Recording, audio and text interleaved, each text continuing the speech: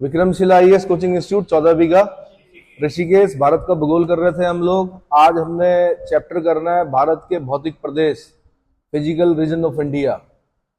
ये mains point of view से बड़ा इंपॉर्टेंट है, प्री पॉइंट ऑफ व्यू से भी बहुत सारे क्वेश्चन पूछे जाते हैं। तो भारत के भौतिक प्रदेश, physical region of India. Bharat की भूगर्भिक संरचना की विविधता ने देश के उच्चावच और भौतिक लक्षणों की विविधता को जन्म दिया है। स्टार्टिंग ऐसे ही करते हैं मेंस में भी। जब आपसे पूछा जाता है कि भारत के भौतिक प्रदेशों के बारे में लिखिए, तो आपको ऐसे ही शुरू करना पड़ेगा कि भारत की भूगर्भिक संरचना की विविधता ने देश के उच्चावच तथा भौतिक लक्षणों की विविधता को जन्म दिया है। देश के लगभग 10.6% क्षेत्र पर पर्वत, 18.5% क्षेत्र पर पहाड़ियां, 27.7% पर पठार और 43.2% क्षेत्रफल पर मैदान विस्तृत है। इनका परसेंटेज याद करना पड़ेगा आपको। क्या करेगा वो, एक तरफ जब प्री में क्वेश्चन बनाएगा पर्वत, पहाड़ियां, पठार और मैदान भारत के, और सामने क्या कर देगा, आगे पीछे करके दे देगा 10.6%, 18.5%, 27.7% और 43.2%। तो आपको मैच करना है कि ये कितना कितना परसेंट जो है वो कौन सा उच्चावच है। सबसे ज्यादा आपको मैदान दिख रहा होगा, दिख रहा है, यानी पूरे देश के क्षेत्रफल में 43.2% क्षेत्रफल जो है वो मैदान है, पर मैदान विस्तृत है। 43.2% क्षेत्रफल पर मैदान विस्तृत है। उसके बाद दूसरे नंबर पर अगर मैं देख रहा हूं तो 27.7% पर पठार है, 27.7% पर पठार है। फिर तीसरे नंबर पर अगर मैं बोल रहा हूँ 18.5% पर पहाड़ियां हैं और 10.6% क्षेत्रफल पर पर्वत है। ठीक है, तो एक प्री का क्वेश्चन तैयार हो जाता है यहां से। अगला, स्तर शैलक्रम, विवर्तनिक इतिहास प्रक्रमों तथा उच्चावच के स्वरूपों के आधार पर भारत को 4 प्रमुख भौतिक प्रदेशों में विभक्त किया जाता है। नंबर 1 उत्तर का पर्वतीय क्षेत्र, नंबर 2 प्रायद्वीपीय पठार, नंबर 3 उत्तर भारत का विशाल मैदान और नंबर 4 तटवर्ती मैदान द्वीपीय भाग। ये ध्यान रखना, इसका एक मैप बनाना पड़ता है आपको। भारत का एक छोटा सा मैप बनाएंगे मेंस में। उसके बाद क्या करेंगे, 4 बॉक्स बना के बगल में अलग अलग जैसे शेडेड पोर्शन होते हैं, किसी में आप क्रॉस लगाते हैं, किसी में आप क्या करते हैं डैश लगाते हैं। इस तरह से आपने दिखाना है कि हम ये जो पोर्शन दिखा रहे हैं, ये रीजन दिखा रहे हैं, वो किस चीज के लिए है। तो प्रायद्वीपीय पठारी क्षेत्र का देख लीजिए कितना है, दिख रहा है मैप में, ठीक है।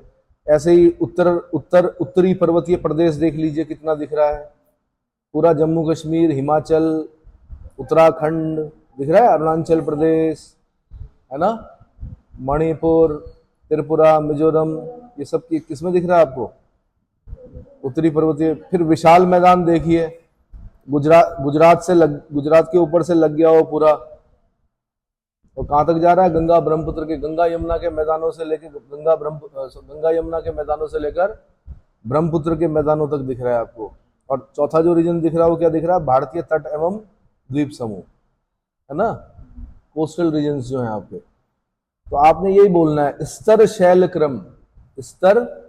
शैलक्रम, विवर्तनिक इतिहास प्रक्रमों, विवर्तनिक घटनाएं जो हुई होंगी उनके आधार पर, विवर्तनिक इतिहास प्रक्रमों तथा उच्चावच के स्वरूपों के आधार पर, कहीं ऊपर ऊंचा है, कहीं नीचा है, कहीं मैदान है, कहीं खड्ड है, तो उच्चावच के स्वरूपों के आधार पर भारत को 4 प्रमुख भौतिक प्रदेशों में यानी फिजिकल रीजन्स में विभक्त किया जा सकता है। नंबर 1 उत्तर का पर्वतीय क्षेत्र, नंबर 2 प्रायद्वीपीय पठार, नंबर 3 उत्तर भारत का विशाल मैदान और नंबर 4 तटवर्ती मैदान एवं द्वीपीय भाग। इन 4 प्रमुख स्थलाकृतियों को 6 भू आकृतिक खंडों में विभक्त किया जाता है। नंबर 1 उत्तर तथा उत्तर पूर्वी पर्वतमाला, नंबर 2 उत्तर भारत का मैदान, नंबर 3 प्रायद्वीपीय पठार, नंबर 4 भारतीय मरुस्थल, नंबर 5 तटीय मैदान और नंबर 6 द्वीप समूह। ठीक है, तो 6 भू आकृतिक खंड में फिर दोबारा उसको विभाजित कर रहे हैं हम। उत्तर और उत्तरी पूर्वी पर्वतमाला, उत्तरी भारत का मैदान, प्रायद्वीपीय पठार, भारतीय मरुस्थल, तटीय मैदान और द्वीप समूह।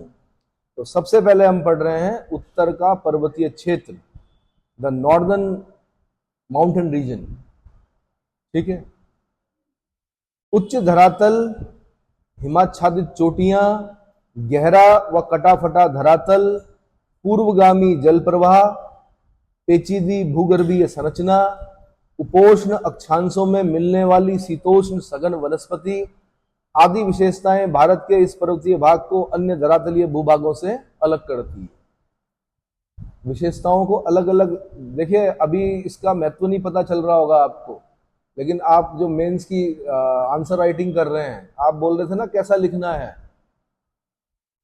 आप पूछ रहे थे कैसा लिखना है, इन शब्दों को याद करना पड़ता है। माना अगर आपसे पूछ लिया कि उच्च उत्तर का जो पर्वतीय क्षेत्र है, नॉर्दर्न माउंटेन रीजन है, उसकी विशेषताएं क्या हैं, तो उच्च धरातल है, भाई पहाड़ क्या होते हैं, ऊंचे होते हैं। दूसरा हिमाच्छादित चोटियां हैं। तीसरा गहरा और कटाफटा धरातल है। चौथा पूर्वगामी जल प्रवाह है, पूर्वगामी जल प्रवाह है। पूर्वगामी जल प्रवाह का मतलब, पूर्वगामी जल प्रवाह का मतलब पेचीदी भूगर्भीय संरचना है। भूगर्भीय संरचना कैसी है, पेचीदी भूगर्भीय संरचना है। उपोष्ण अक्षांशों में मिलने वाली शीतोष्ण सघन वनस्पति है वो उपोष्ण अक्षांश में, लेकिन जो वेजिटेशन है वो कैसा मिल रहा, बुग्याल भी मिल रहे, बांज बुरांस भी मिल रहे, देवदार भी मिल रहा, चीड़ भी मिल रहा। वो कहाँ मिलता है वैसे, एक कोनिकल फॉरेस्ट जब आप 0 डिग्री इक्वेटर से ऊपर की तरफ जा रहे होते हैं तो आपको वहां पर मिलता है शीतोष्ण कटिबंधीय, है ना। 66.5 से नीचे वाला जो रीजन है वहां पर मिलेगा आपको। तो उपोष्ण अक्षांशों में मिलने वाली शीतोष्ण सघन वनस्पति आदि विशेषताएं भारत को इस पर्वतीय भाग को अन्य धरातलीय भूभागों से अलग करती है। जल प्रवाह ऐसा है पूर्वगामी कि हिमालय के फॉर्मेशन से पहले भी नदियां बह रही थी। क्या हो रही थी, नदियां हिमालय के उठने से पहले भी बह रही थी और अभी भी बह रही है। हिमालय को काट दिया उन्होंने, ठीक है। भारत की यह पर्वतमाला सिंधु नदी के मोड़ से, इंडस का गॉर्ज बोलते हैं, पंजी गॉर्ज है शायद वहां का नाम, इंडस के गॉर्ज, सिंधु नदी के मोड़ से प्रारंभ होकर ब्रह्मपुत्र नदी के मोड़ तक फैला है। कहां तक फैला है, ब्रह्मपुत्र नदी के मोड़ तक फैला है। पूर्व से पश्चिम दिशा में अर्धवृत्त का निर्माण करते हुए इसकी लंबाई 2400 किलोमीटर है। अगर आप इंडस के गॉर्ज से हिमालय के किनारे किनारे, हिमालय के साथ साथ चलते जाओ तो आपको 2400 किलोमीटर जाना पड़ेगा। कहां तक, कहां से, इंडस के गॉर्ज से, और कहां तक, ब्रह्मपुत्र के मोड़ तक 2400 किलोमीटर। और इसकी चौड़ाई अरुणाचल प्रदेश में 150 किलोमीटर से कश्मीर में 400 किलोमीटर के बीच पाई जाती है। मैंने आपको बताया था कश्मीर वाला जो हिमालय है उसको क्या बोलते हैं, पंजाब हिमालय। क्या बोलते हैं, कश्मीर के ऊपर जो हिमालय है उसको बोलते हैं पंजाब हिमालय। हिमाचल उत्तराखंड के ऊपर जो है वो उसको बोलते हैं कुमाऊं हिमालय।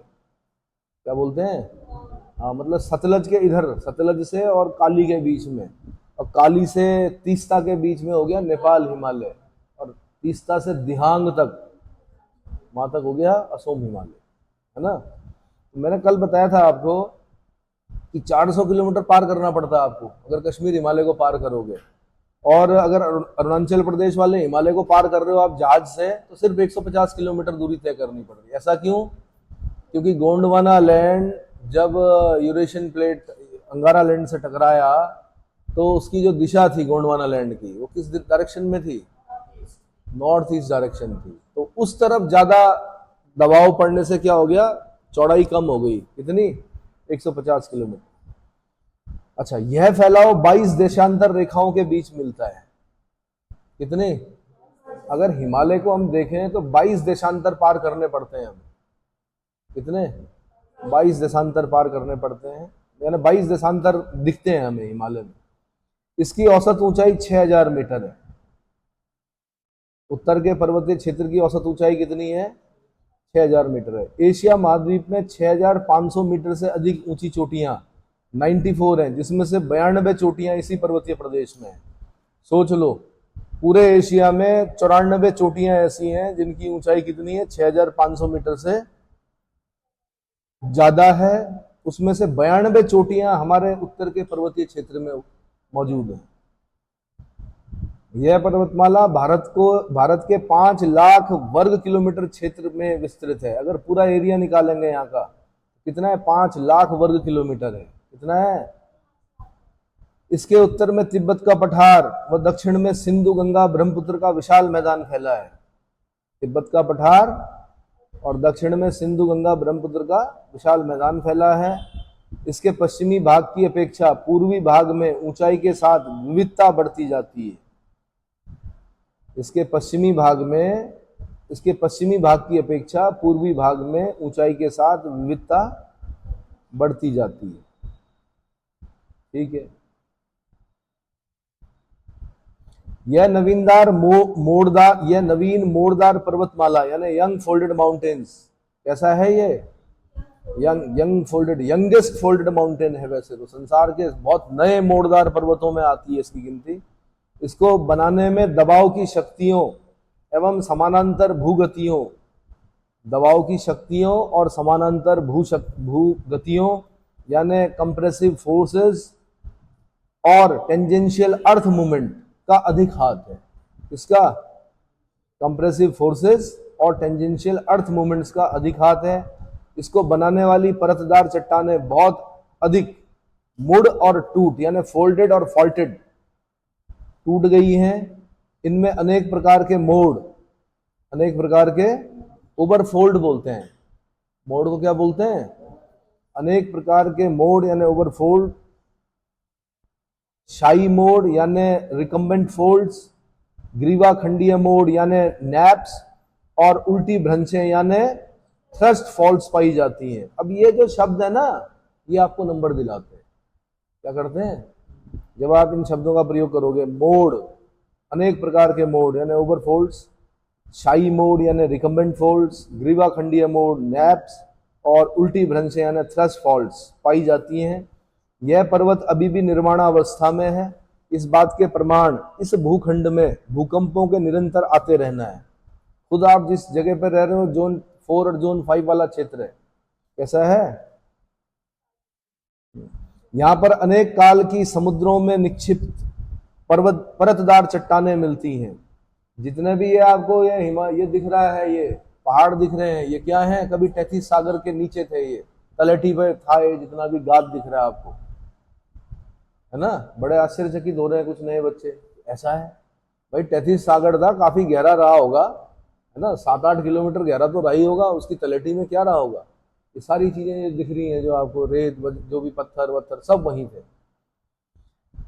अच्छा जी, यहाँ पर अनेक काल की समुद्रों में निक्षिप्त परतदार चट्टानें मिलती हैं। इस श्रेणी का ढाल तिब्बत की ओर कॉनकेव यानी नतोदर, कॉनकेव को क्या बोलते हैं? नतोदर, और भारत की ओर उन्नतोदर यानी कॉन्वेक्स प्रकार का है। जब हम भारत की तरफ से देखते हैं तो कॉन्वेक्स है, तिब्बत के पठार से देखेंगे तो कॉनकेव है। ऐसा है ना? इधर से हम देख रहे हैं तो कॉन्वेक्स नीचे से, और ऊपर से देख रहे हैं तो कॉनकेव। मुख्य श्रेणियों को हिमालय श्रेणी के नाम से पुकारते हैं। इस हिमालय के उत्तरी पश्चिमी भाग में काराकोरम, कैलाश, लद्दाख, जास्कर श्रेणियां मिलती हैं। भारत की जो सबसे ऊंची चोटी है K2, वो किसमें पड़ती है? हिमालय में नहीं पड़ती है, वो काराकोरम में पड़ती है। गॉडविन ऑस्टिन बोलते हैं उसको, है ना? 2 क्वेश्चन बनते हैं। भारत की सर्वोच्च चोटी, तब आपने बोलना K2, गॉडविन ऑस्टिन। कहाँ मिलेगी? लद्दाख में मिलेगी आपको। कहाँ मिलेगी? और काराकोरम रेंज में मिलेगी। K2, काराकोरम की वजह से ही K2 बोला जाता है, लेकिन उसका नाम है गॉडविन ऑस्टिन। गॉडविन ऑस्टिन ने उसको फतह किया था शायद। ठीक है। अगर आपसे पूछेगा भारत में हिमालय की सर्वोच्च चोटी, तो आपको सिक्किम में जाना पड़ेगा। उसका नाम क्या है? कंचनजंगा। और अगर पूछेगा विश्व में सबसे ऊंची चोटी या हिमालय की सबसे ऊंची चोटी, तो आपको नेपाल जाना पड़ेगा, Sagarmatha mount Everest. Mount Everest. इतना समझ में आ गया? तो काराकोरम है, कैलाश है, लद्दाख है, जास्कर श्रेणियां मिलती है उत्तर पश्चिम में। जबकि दक्षिण पूर्व में क्या मिलती है? नागा मिलती है, नागा हिल्स, पटकोई बम मिलती है, मणिपुर, अराकान श्रेणियां मिलती हैं। अराकान योमा आपकी म्यांमार की तरफ चली जाती है। कहाँ चली जाती है? कभी आप देखना ढंग से मैप को, ये हिमालय ऐसे दिख रहा है, ऐसे। उसके बाद एक फोल्ड होता है, नीचे की तरफ जाता है, तो नीचे वाला जो पार्ट है वो अराकान योमा है। और फिर उसके बाद अंडमान निकोबार को भी बताया जाता है कि वो भी क्या है? एक तरह का फोल्ड ही है, लेकिन वो क्या है? बंगाल की खाड़ी के नीचे है।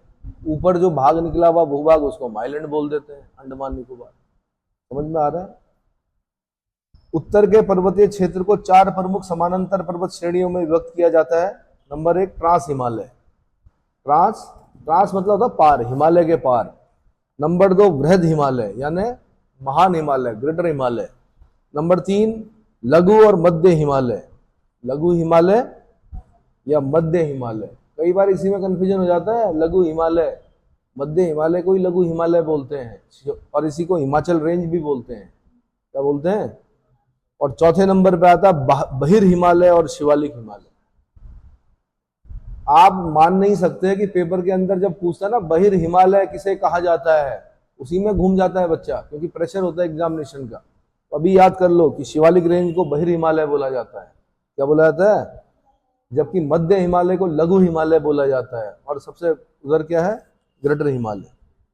वैसे भी आप क्या करो कि भारत में जैसे आप क्या क्या करें, भारत में एक जगह पे खड़े हो जाएं, कहां पर? मैदानी भाग जो है गंगा सिंधु के मैदान में खड़े हो जाइए। देखिए एक डायग्राम बना रखा नीचे, उसको देखिए। अब आप ऊपर की तरफ चलो तो सबसे पहले क्या मिलेगा आपको? शिवालिक मिलेगा। क्या मिलेगा? जो कि ज्यादा ऊंचा नहीं है। फिर और ऊपर जाओगे आपको तो लघु और मध्य हिमालय मिलेगा, और इसी में मिलते हैं सारे जितने भी हिल स्टेशन है। शिमला हो गया, मसूरी हो गया, हिमाचल रेंज बोलते हैं इसको। शिमला हो गया, मसूरी हो गया, डलहौजी हो गया, है ना, आपका कालिम्पोंग हो गया, दार्जिलिंग हो गया, ये सब इसमें पड़ रहे हैं। फिर उसके बाद और आगे जाएंगे तो ग्रेटर हिमालय, बहुत ऊंचा ग्रेटर हिमालय पड़ेगा। फिर ग्रेटर हिमालय के बाद आप उतरोगे तो लद्दाख श्रेणी पड़ेगी। क्या पड़ेगी? लद्दाख श्रेणी पड़ेगी। फिर लद्दाख श्रेणी से और आगे जाओगे तो ब्रह्मपुत्र घाटी पड़ेगी। क्या पड़ेगी? ब्रह्मपुत्र घाटी। फिर ब्रह्मपुत्र घाटी को पार करोगे तो कैलाश श्रेणी मिलेगी। कैलाश श्रेणी को पार करोगे तो तिब्बत का पठार मिलेगा। तिब्बत के पठार को पार कर मतलब तिब्बत के पठार के बीच में ही तारिम नदी बह रही होगी, तारिम बेसिन, तारिम नदी का बेसिन मिलेगा। फिर तिब्बत का पठार मिलेगा। फिर आपको क्या मिलेगा? कुनलुन छान, कुनलुन का ढाल मिलेगा। इसीलिए बोला मैंने तिब्बत का पठार क्या है? इंटर माउंटेन प्लेट्यू है, अंतरा पर्वतीय पठार का उदाहरण है। दोनों तरफ से बहुत ऊंची ऊंची चोटियों से घिरा हुआ है। इधर से क्या हो गया भाई? ग्रेटर हिमालय ले लो या कैलाश श्रेणी ले लो, ग्रेटर हिमालय ले लो, और उधर से क्या है? कुनलुन छान। उसके बीच में पड़ता है कौन? तिब्बत का पठार। संसार का सबसे ऊंचा पठार तिब्बत का पठार। अब बताओ, चीन वाले ने वहां पे भी रेल चला दी, है ना, जबकि क्या है वहां पर? परमाफ्रॉस्ट का दिक्कत है। परमाफ्रॉस्ट समझते हो? परमाफ्रॉस्ट नहीं समझते हो? परमाफ्रॉस्ट ये है कि 5000 मीटर की हाइट पर आपको ऐसा लगेगा कि जमीन, जैसे आप आजकल जाओगे तो जमीन बहुत कठोर मिलेगी, और जब सूर्य उत्तरायण होगा यानी ट्रॉपिक ऑफ कैंसर पर चमक रहा होगा सूरज, तो उस तरफ हल्की सी गर्मी से क्या होता है कि वो जमीन दलदली हो जाती है। क्या हो जाती है? दलदली हो जाती है। अब आपने क्या किया कि रेल की पटरी बिछाई कब? सितंबर, अक्टूबर, नवंबर, माना दिसंबर में बिछा दी। ठीक है, ट्रेन चल गई, चलो जी बढ़िया है। क्यों? क्योंकि नीचे की जमीन क्या है? जमी हुई है ठंड से। क्या हो रखी है? टेम्परेचर कम है ना, तो ठोस हो रखी जमीन। आपने वो बिछा दी, पटरी वटरी बिछा दी, बढ़िया रेल चल रही है। अब क्या हुआ? सूर्य उत्तरायण हुआ। क्या हुआ? उत्तरायण हुआ, तो वो जमीन जो है वो ढीली हो गई। अब उसके ऊपर आपने रेल चलाई और दुर्घटनाग्रस्त हो गई। क्यों हो गई? क्योंकि वो जो पटरी है वो पिचक गई नीचे। क्यों? क्योंकि नीचे की जमीन क्या हो गई? उसने अपना जो जो ठोस हो रखी थी जो बर्फ, वो पिघल गई। और पिघल गई तो मिट्टी के जो कण हैं उनका जो पकड़ थी वो क्या हो गई? ढीली हो गई।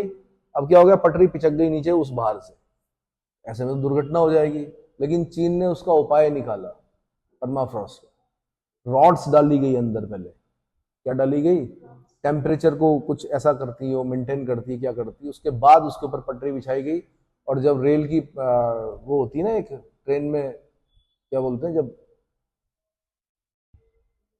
अरे पहले यात्रियों को नहीं बिठाया जाता, पहले चेक किया जाता है कि सही है भी कि नहीं है। तो उसमें एक कप रखा गया, उसमें चाय रखी गई है, जो भी रखा गया होगा। तो जब वो पूरी चली तो वो गिरी नहीं, तो इसका मतलब सही है। हमारी ट्रेन नहीं ऐसे, हमारी ट्रेन तो ऐसे चलती है जैसे। और जब हम उतर भी जाते हैं तो 2-3 दिन तक, 2 दिन तक तो कम से कम दिमाग ना ऐसे ही होता रहता है, चलते चलते भी ऐसा लगता है क्या, तो ये गलत है, ये क्वालिटी नहीं है। ट्रेन की क्वालिटी उसे कहते हैं जिसमें आप बिल्कुल क्या रहे, कि चाय आपने रख दी तो वो गिरनी नहीं चाहिए, ठीक है ऐसा। चलिए भाई, तो ट्रांस और तिब्बत हिमालय क्षेत्र के बारे में पढ़ते हैं पहले। ट्रांस और तिब्बत हिमालय क्षेत्र में, ट्रांस हिमालय मूलतः यूरेशियन प्लेट का एक खंड है। किसका? ये छोटी छोटी चीजों को पकड़ना है, यहां से क्वेश्चन बनते हैं। ट्रांस हिमालय, हिमालय के पार वाला जो है क्षेत्र, वो किसका? यूरेशियन प्लेट का एक खंड है। इसे तिब्बती हिमालय या टेथिस हिमालय की संज्ञा भी प्रदान की जाती है। छोटा सा क्वेश्चन पूछ लेगा आपसे, टेथिस हिमालय किसे कहा जाता है? तो ट्रांस हिमालय वाला जो क्षेत्र है उसको क्या बोला जाता है? टेथिस हिमालय, ठीक है। इसका निर्माण हिमालय से पूर्व ही हो चुका था। हिमालय से, फिर क्वेश्चन पूछेगा कि ट्रांस हिमालय के संबंध में कौन कौन से कथन सत्य हैं। पहला पॉइंट, इसे टेथिस हिमालय के नाम से भी जाना जाता है। दूसरा, इसका निर्माण हिमालय से पूर्व ही हो चुका था, ठीक है। तीसरा पॉइंट दे देगा, पश्चिम में यह श्रेणी पामीर की गांठ से मिल जाती है। पामीर की गांठ क्यों बोल रहे हैं? पामीर जिसको रूफ ऑफ द वर्ल्ड बोलते हैं, संसार की छत कहा जाता है, बोला जाता है। क्यों बोला जाता है पामीर की गांठ? 3 पर्वत श्रेणियों के बीच में है वो, बड़ी पर्वत श्रेणियों के बीच में। कौन कौन सी पर्वत श्रेणियां? एटलस खोलिए, एटलस दिखाइए मुझे जल्दी। पश्चिम में यह श्रेणी पामीर की गांठ से मिल जाती है। पश्चिम में यह श्रेणी पामीर की गांठ से मिल जाती है। अब देखिए जरा भाई, पामीर की गांठ कहां पर है? एटलस खोलिए जरा जल्दी से। किस में मिलेगा? वर्ल्ड मैप में मिलेगा। हाँ, वर्ल्ड मैप में मिलेगा बिल्कुल। एशिया वाला मैप निकालिए, एशिया। एक हाइलाइटर दीजिए, फिर मैं दिखाता हूं आपको 3 पर्वत श्रेणियां कौन कौन सी हैं।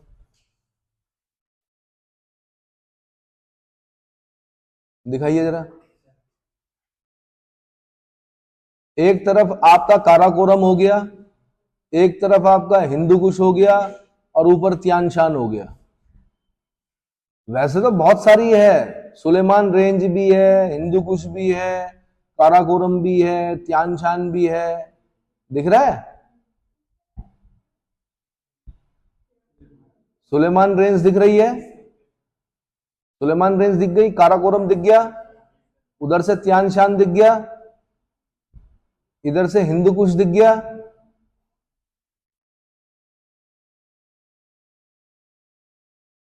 है ना? तो उसकी गांठ पर है, उसके बीच में ऐसा लगता है जैसे तीन पर्वत श्रेणियों को बांध दिया गया होगा। पामीर लो, तो पामीर की पश्चिम में यह श्रेणी पामीर की गांठ से मिल जाती है। इसका मुख्य विस्तार जम्मू कश्मीर राज्य में हिमालय के उत्तर में है। जम्मू कश्मीर राज्य में हिमालय के उत्तर में। इसकी लंबाई लगभग 965 किलोमीटर है। यह अवसादी चट्टानों का बना है। यहाँ पर टर्सरी से लेकर कैम्ब्रियन युग तक की चट्टानें पाई जाती हैं। यह श्रेणी सतलुज, सिंधु व ब्रह्मपुत्र, ब्रह्मपुत्र को सांगपो भी बोलते हैं, जैसी पूर्वानुवर्ती नदियों यानी एंटीसीडेंट रिवर्स को जन्म देती हैं। पूर्वानुवर्ती नदियां, एंटीसीडेंट रिवर्स। भाई पूर्वानुवर्ती नदियां क्या होती हैं? जो हिमालय के उठने से पहले भी बह रही थी, टेथिस सागर में गिर रही थी, हिमालय के उत्थान के साथ साथ हिमालय को काटती रही है ना। इसलिए कहीं कहीं पर आई शेप वैली भी मिलती है। आई शेप वैली का मतलब ये होता है कि हिमालय उठता रहा, वो नदी उसको काटती रही। अब क्या हो गया? ऐसी वैली बन गई। कैसी? आई शेप वैली। बिल्कुल नीचे, ऊपर आपकी गाड़ी जा रही है, नीचे आपको बिल्कुल ऐसा लाइन जैसी दिखेगी नदी। तो ऐसी कैसे बन गई भाई? इसका मतलब वो नदी पहले भी उस रास्ते से बह रही थी, हिमालय उठता गया, वो उसको काटती गई। ठीक है, चलो जी। पूर्वानुवर्ती नदियां एंटीसीडेंट रिवर को जन्म देती हैं। ट्रांस हिमालय बृहद हिमालय से सचर जोन या हिंज लाइन के द्वारा अलग होता है।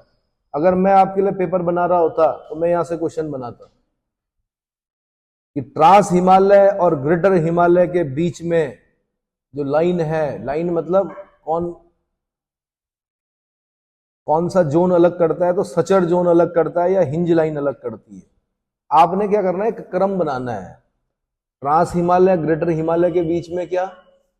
ग्रेटर हिमालय मिडिल हिमालय के बीच में क्या? मिडिल हिमालय शिवालिक रेंज के बीच में क्या? और शिवालिक रेंज और मैदानी जो क्षेत्र है उसके बीच में क्या। ठीक है, तो पहला हमने याद कर लिया, सचर जोन या हिंज लाइन के द्वारा अलग होती है। इतना क्लियर हो गया। मैं यहां से क्वेश्चन बनाता भाई, इसको याद कर लीजिए। अभी ट्रांस हिमालय की 3 श्रेणियां हैं, ट्रांस हिमालय की 3 श्रेणियां हैं। इमेजिन करो, इमेजिन करके ही समझ में आएगा, ऐसे नहीं आएगा, क्योंकि पहाड़ों में तो घूमे नहीं हो, गांव कभी गए नहीं हो। कुछ लोगों के गांव शिवालिक में ही है, उनको क्या पता ग्रेटर हिमालय क्या होता है ना। तो इमेजिन करो उसको। ट्रांस हिमालय की 3 श्रेणियां हैं, काराकोरम श्रेणी, लद्दाख श्रेणी और जास्कर श्रेणी। काराकोरम, लद्दाख और जास्कर।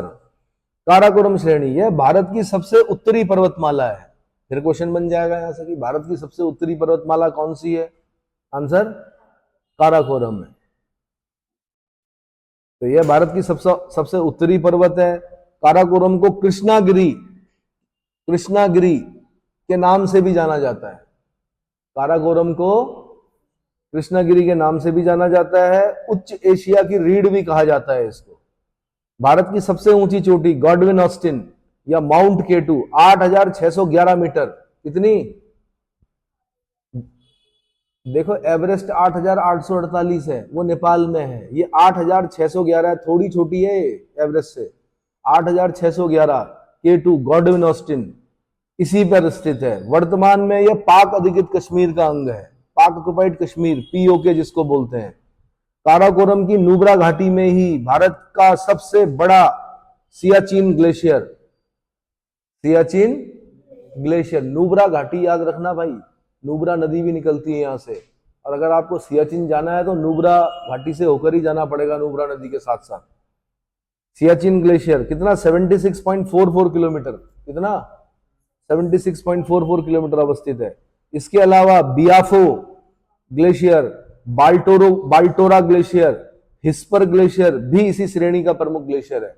अगर यूपीएससी के लिए क्वेश्चन बना रहा होता मैं तो इसका क्रम पूछता। किसका? यही जो मैंने बताया अभी आपको, सियाचिन ग्लेशियर, बियाफो ग्लेशियर 60 किलोमीटर है बियाफो ग्लेशियर। बाल्टोरा ग्लेशियर 58 किलोमीटर है। हिस्पर ग्लेशियर ये 61 किलोमीटर है।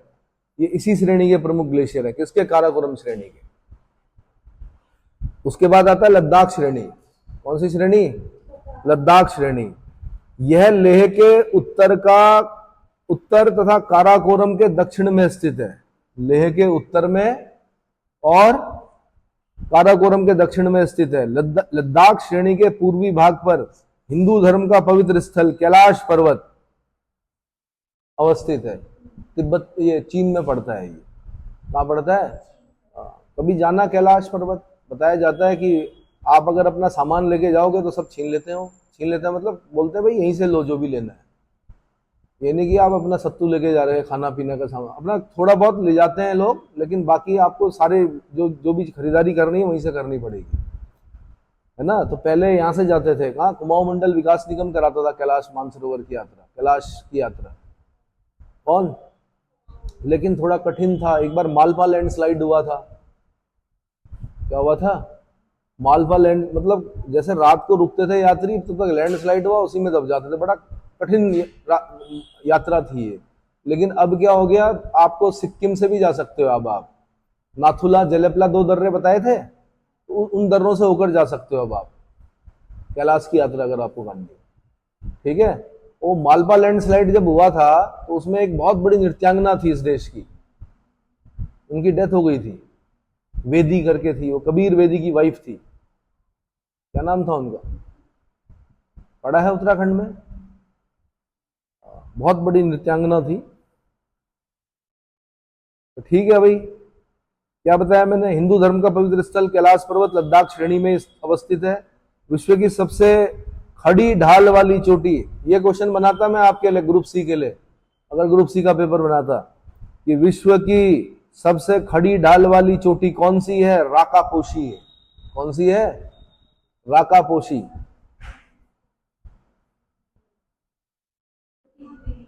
प्रतिमा वेदी, बिल्कुल। मालपा लैंडस्लाइड में क्या हो गए थे वो।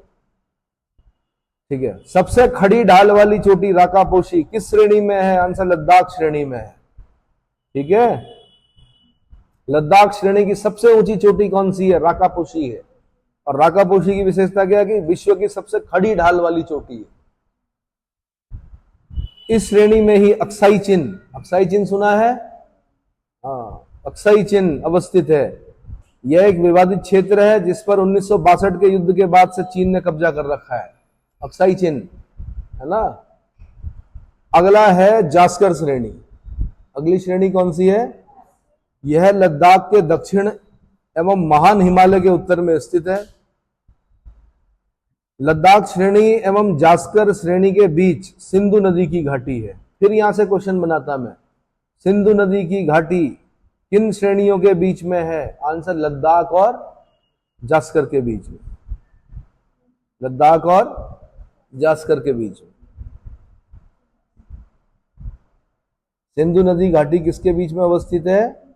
लद्दाख श्रेणी और जास्कर श्रेणी के बीच में। इसका विस्तार जम्मू कश्मीर एवं उत्तराखंड राज्य में भी है।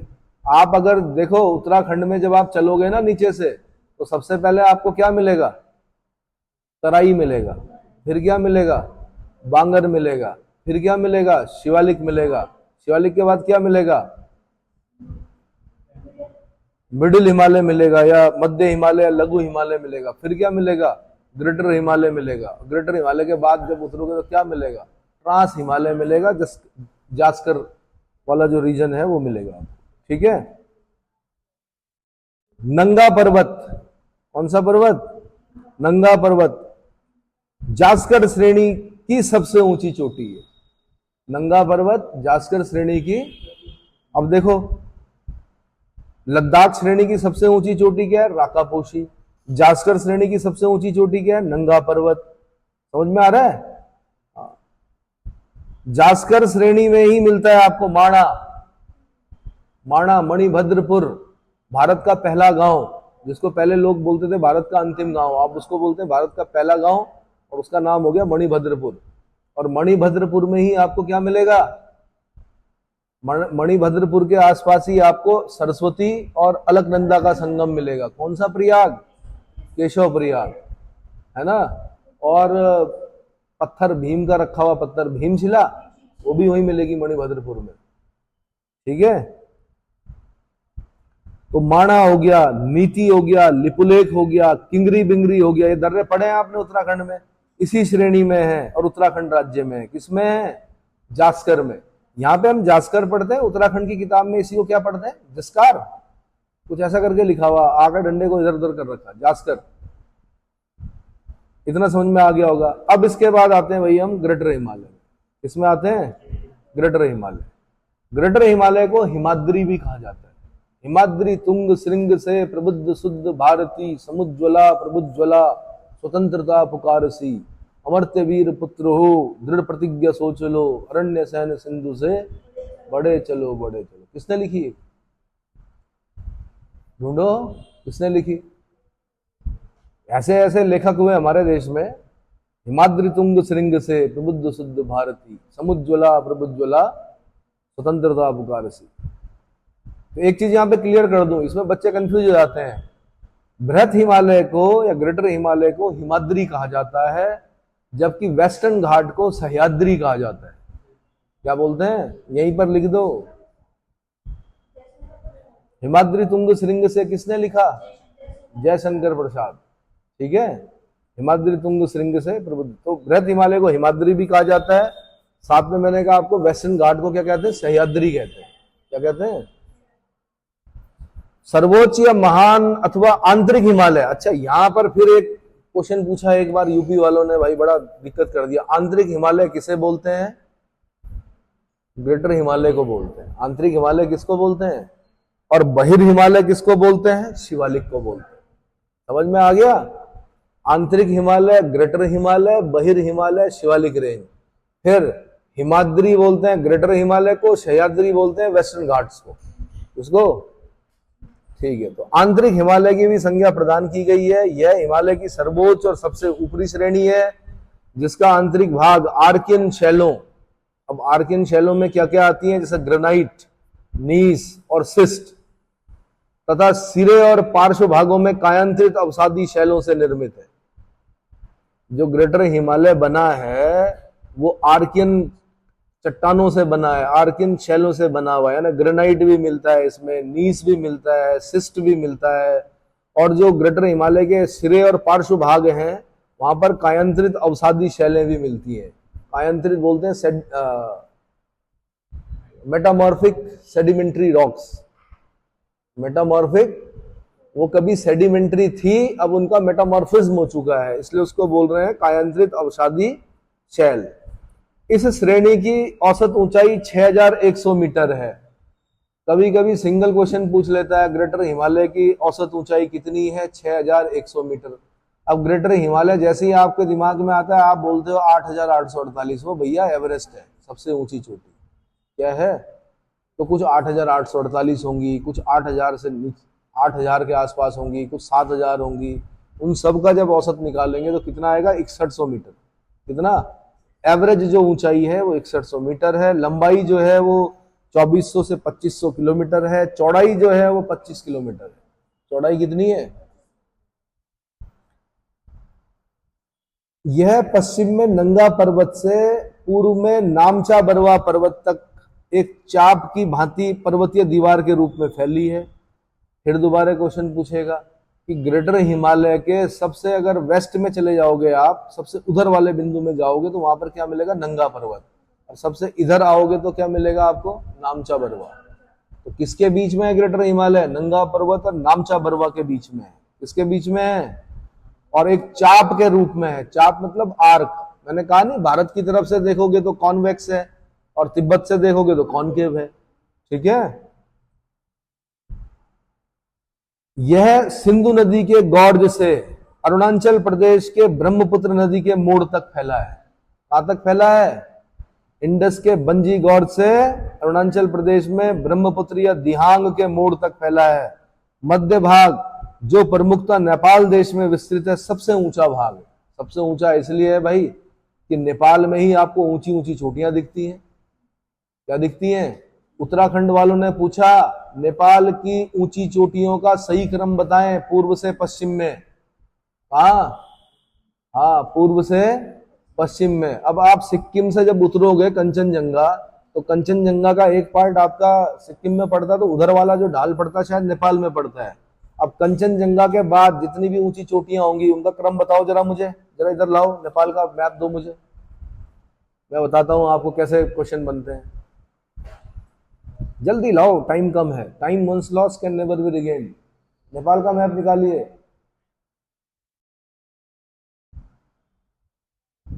नेपाल का मैप,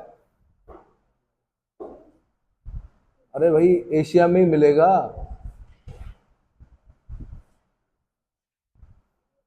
तो सबसे ऊंची चोटियां देखिए उसमें। ऑक्सफोर्ड का एटलस है। हाँ, तो सबसे पहले आपको कंचनजंगा दिख रहा होगा, उसके बाद क्या दिख रहा है आपको? मकालू। मकालू दिख रहा, देखिए आपकी दृष्टि ज्यादा अच्छी है। मकालू दिख रहा है, उसके बाद क्या दिख रहा है आपको? पहले एवरेस्ट को खोज लो, एवरेस्ट कहां पर है? मकालू के जस्ट ऊपर, तो माउंट एवरेस्ट दिख रहा होगा। माउंट एवरेस्ट के बाद क्या दिख रहा? गौरी शंकर। गौरी शंकर के बाद क्या दिखाई दे रहा है? मनासलू, ये दिख रहा है। आगे पीछे देख लो, मनासलू। उसके बाद क्या दिख रहा है? अन्नपूर्णा। अन्नपूर्णा दिख रहा है। उसके बाद क्या दिख रहा है? धौलागिरी। धौलागिरी के बाद क्या दिखाई दे रहा है?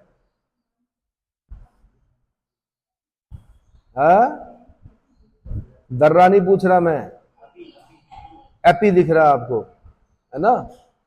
तो भाई इनका क्रम याद कर लो। कंचनजंगा, कंचनजंगा के बाद क्या? मकालू, मकालू के बाद एवरेस्ट, एवरेस्ट के बाद, अब देखो चोयू नहीं पूछा उसने, उसने गौरी शंकर पूछा मेरे ख्याल से, या कुछ ऐसा पूछा। मनसालू बोलते हैं या मनासलू बोलते हैं इसको, मनासलू, अन्नपूर्णा, धौलागिरी। इनके मेन मेन नाम याद करो, है ना? ईस्ट टू वेस्ट या वेस्ट टू ईस्ट। ठीक है, ये उत्तराखंड पीसीएस में क्वेश्चन पूछा जा चुका है, दोबारा पूछा जा सकता है। लीजिए भाई, एटलस पे बार बार देखते रहिए। यहाँ तो 22 साल पढ़ाते हुए हो गए और उससे पहले 4-5 साल पढ़ा भी होगा। अभी भी नई नई चीजें मिलती हैं एटलस खोजने पर, है ना? अब देखिए धन तो है नहीं, इतना घूम तो सकते नहीं, तो एटलस में तो देख ही सकते हो, है कि नहीं?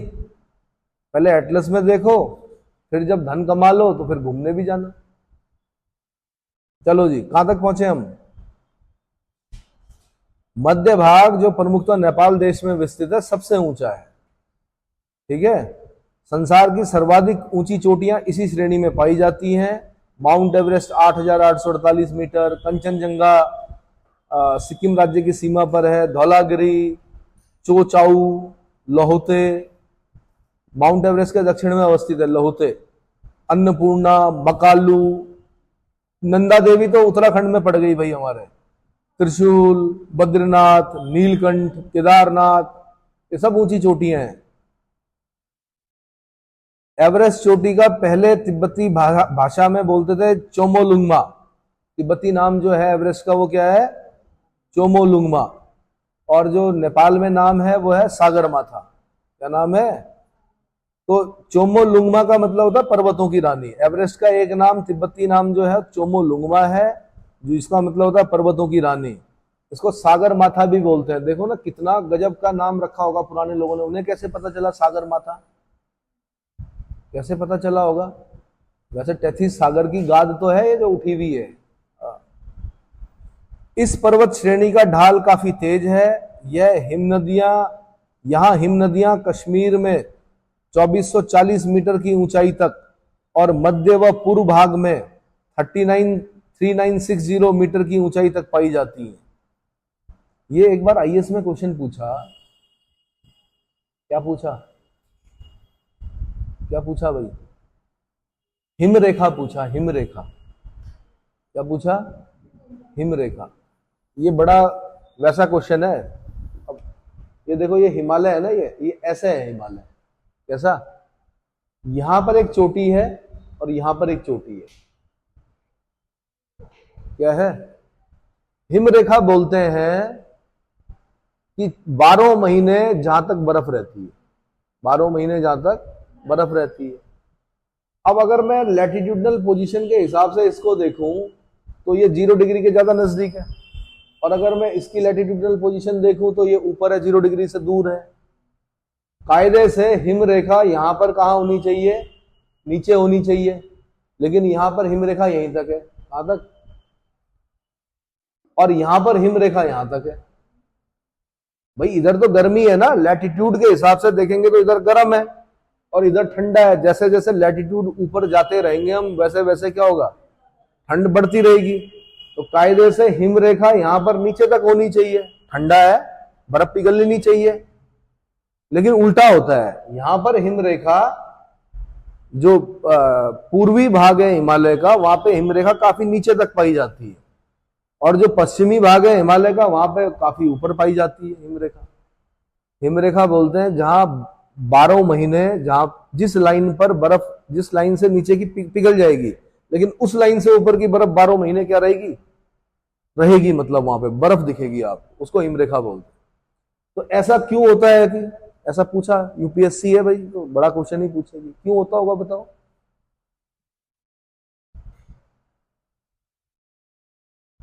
बताओ, लगाओ अपना ज्योग्राफी वाला दिमाग। हाँ जी, हाइट कहाँ भाई? हाइट तो बीच में ज्यादा है फिर तो, अगर मैं बोलूं तो। मैं तो ईस्ट, हिमालय का ईस्टर्न पार्ट और वेस्टर्न पार्ट की बात कर रहा हूं, कि यहां पर हिम रेखा नीचे है, यहां ऊपर है, जबकि उल्टा होना चाहिए। यहां नीचे यानी पश्चिमी भाग में नीचे होनी चाहिए, पूर्वी भाग में ऊपर होनी चाहिए, क्योंकि मानसून का पर्याप्त जो भाग है वो इस क्षेत्र को प्राप्त होता है, इधर नहीं प्राप्त होता है। बर्फबारी होती रहती है यहां पर ज्यादा। कौन सा? हाँ हाँ, ज्यादा लगा दिया, ज्यादा दिमाग लगा दिया। अभी आएगा, उसका आंसर आएगा इसमें। फिलहाल मैंने आपसे हल्का सा बता दिया कि यूपीएससी ऐसे क्वेश्चन पूछती है। इस पर्वत श्रेणी का ढाल काफी तेज है। यहाँ हिम नदियां कश्मीर में 2440 मीटर की ऊंचाई तक और मध्य व पूर्वी भाग में 3960 मीटर की ऊंचाई तक पाई जाती है।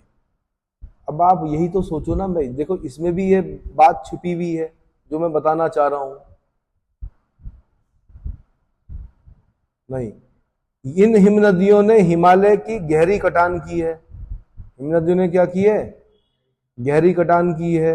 अधिकांश हिमनदों की लंबाई 3 से 5 किलोमीटर तक है, लेकिन अनेक बड़े बड़े हिमनद भी पाए जाते हैं। कुमाऊं हिमालय में मिलम और गंगोत्री हिमनद, सिक्किम में जेमू हिमनद, जेमू ग्लेशियर। कुमाऊं हिमालय का मतलब ये नहीं कि जो कुमाऊं में पड़ता है, पूरे हिमालय को सतलज से लेके काली नदी तक के हिमालय को कुमाऊं हिमालय बोलते हैं, भले ही वो गढ़वाल में ही पड़ रहा है। गंगोत्री हिमनद भी किसमें? कुमाऊं हिमालय में है। और मिलम, नामिक, रालम, सुंदर ढूंगा, गंगोत्री जितने भी हैं ग्लेशियर, ये कहाँ, क्या क्या बोलोगे आप? कुमाऊं हिमालय में पाए जाएंगे। हिमालय का नाम है कुमाऊं हिमालय, ठीक है। सिक्किम में जाओगे आपको जेमू ग्लेशियर मिलेगा। क्या मिलेगा? जेमू ग्लेशियर की लंबाई 20 किलोमीटर से अधिक है। इन हिमनदों में अनेक महत्वपूर्ण नदियों को जन्म दिया है। इस श्रेणी के मध्य भाग से गंगा, यमुना और उसकी सहायक नदियों का उद्गम होता है। इस पर्वत श्रेणी में अनेक दर्रे मिलते हैं। दर्रे बोलते हैं पासेस, पास। क्या मिलते हैं? केंद्र शासित प्रदेश कश्मीर में बुर्जिल और केंद्र शासित प्रदेश लद्दाख में जोजिला। बुर्जिल पास कहाँ है? जम्मू कश्मीर में है। जोजिला कहाँ है? लद्दाख में है। बाड़ा लापचा, ला मतलब दर्रा ही होता है वैसे स्थानीय भाषा में। बाड़ा लाचा कहाँ है? हिमाचल प्रदेश में है। शिव किला कहाँ है? ये भी हिमाचल प्रदेश में है। बल्कि शिव किले की एक विशेषता है कि सतलज नदी शिव किला से ही एंटर करती है हिमाचल में। सतलज नदी हिमाचल में कहां से एंटर करती है? शिव किला दर्रे से एंटर करती है। कहां से? सुन लो, अभी काम आएगा पेपर में। उत्तराखंड में थागाला है। क्या है? सिक्किम में नाथुला है, जेलेपला है। सिक्किम में नाथुला और जेलेपला दर्रे महत्वपूर्ण है, ठीक है। हिंदुस्तान तिब्बत मार्ग जो शिमला को गैंगटॉक से जोड़ता है, शिमला को गैंगटॉक से जोड़ता है, सतलज घाटी में शिवकिला दर्रे से होकर जाता है। कहां से जाता है? शिवकिला दर्रे से होकर जाता है। सिक्किम की चुंबी घाटी, अब चुंबी घाटी कहां है? सिक्किम में है। तो सिक्किम की चुंबी घाटी में जेलेपला दर्रे से होकर पश्चिम बंगाल में कालिम्पोंग से तिब्बत की राजधानी ल्हासा तक का सड़क मार्ग है। अगर आपको ल्हासा जाना है तो आपको कहां से? कालिम्पोंग, वेस्ट बंगाल में पड़ता है। हिल स्टेशन है, आईएएस का क्वेश्चन है। कालिम्पोंग हिल स्टेशन कहां है? यूपीएससी वाले पहले पूछते थे कालिम्पोंग कहां है जी?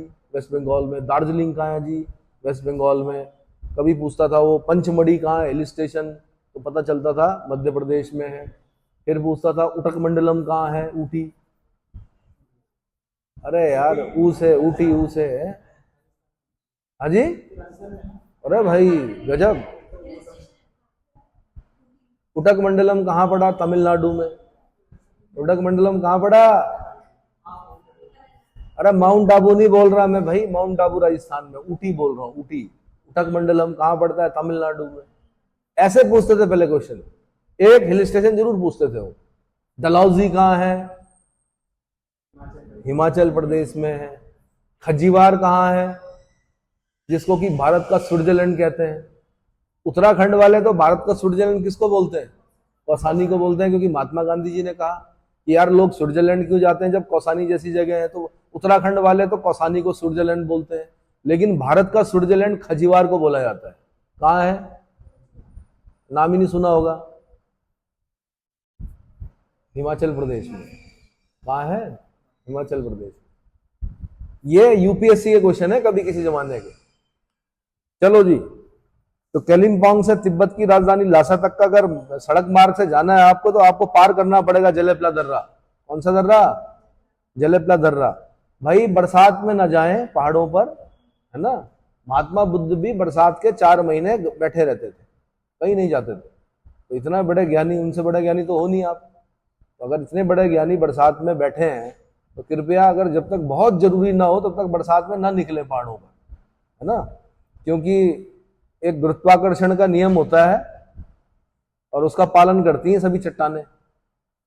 चलो, वृहद हिमालय मध्य हिमालय से मेन सेंट्रल थ्रस्ट के द्वारा अलग होती है।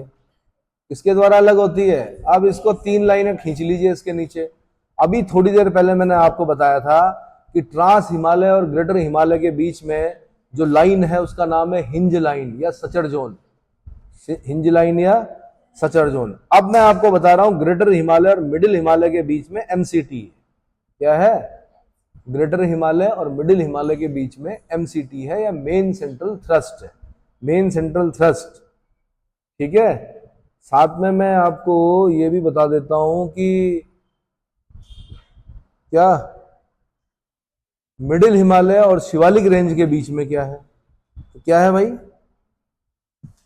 एमबीटी। देखो,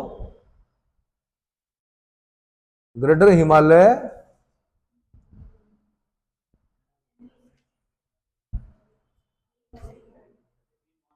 हाँ, तो लघु हिमालय या मध्य हिमालय और शिवालिक रेंज के बीच में क्या? मध्य हिमालय और शिवालिक रेंज के बीच में क्या है? MBT, main boundary fault. और शिवालिक रेंज और फिर मैदानी भागों के बीच में क्या है? बताओ। जीबीएफ है, जीबीएफ, ग्रेट बाउंड्री फॉल्ट।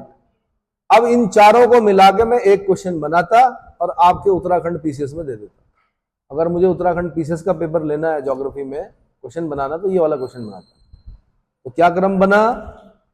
सबसे पहले बना हिंज लाइन या सचर जोन, दूसरा बना एमसीटी यानी मेन सेंट्रल थ्रस्ट, तीसरा बना एमबीटी यानी main boundary, MBF main boundary fault, और चौथा बना ग्रेट बाउंड्री फॉल्ट, जीबीएफ। जीबीएफ वृहद सीमांत दरार, वृहद सीमांत दरार। इतना समझ में आ गया? इसको चेक कर, इसको अंडरलाइन कर दीजिए भाई, जहां पर मैं बता रहा हूं। अगला पॉइंट है कालिम्पोंग, बता दिया मैंने। वृहद हिमालय मध्य हिमालय के बीच में मेन सेंट्रल थ्रस्ट या मेन सेंट्रल थ्रस्ट से अलग होता है कौन? ग्रेटर हिमालय मिडिल हिमालय से। विश्व की अधिकांश ऊंची पर्वत चोटियां इसी पर्वत श्रेणी में स्थित है ना। माउंट एवरेस्ट है, सागर माथा 8,848, कंचनजंगा है 8,598, मकालू है 8,481, धौलागिरी है 8,172, अन्नपूर्णा है 8,078, नंदा देवी है कितना? हाँ,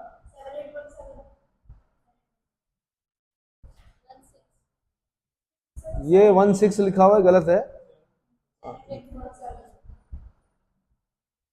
और नामचा बरवा है 7756, ठीक है। अब है उसके बाद लघु और मध्य हिमालय। कौन सा है?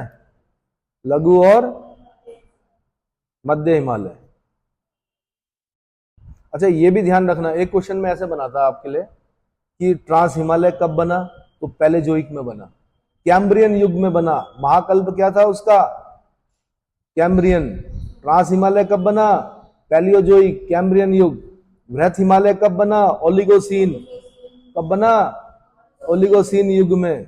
मैं फिर पूछता, मध्य हिमालय कब बना? मायोसीन में, मौसे मध्य मौसे मायोसीन। शिवालिक कब बना? प्लायोसीन। ये भी पूछता मैं आपसे, एक क्वेश्चन ये बना के देता। समझ में आया? तो मैं आपको परेशान करने के लिए नहीं पूछता, मैं उस हिसाब से पूछता जिस हिसाब से बड़ी एग्जामिनिंग बॉडी पूछती है आपसे। तो उसके बाद है लघु हिमालय। तो लघु हिमालय के बारे में टाइम देखिए। तो ठीक है, इसे अगले लेक्चर में बताऊंगा मैं लघु हिमालय मध्य हिमालय के बारे में और शिवालिक रेंज के बारे में। ठीक है।